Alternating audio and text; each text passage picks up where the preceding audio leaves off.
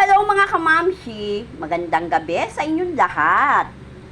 Ayan, nagluluto po ako ngayon ng tinotsuhang bangus.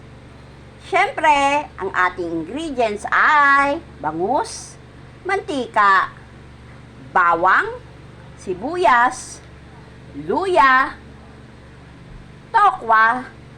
Pero yung tokwa mga kamamshi ay dudurugin nyo.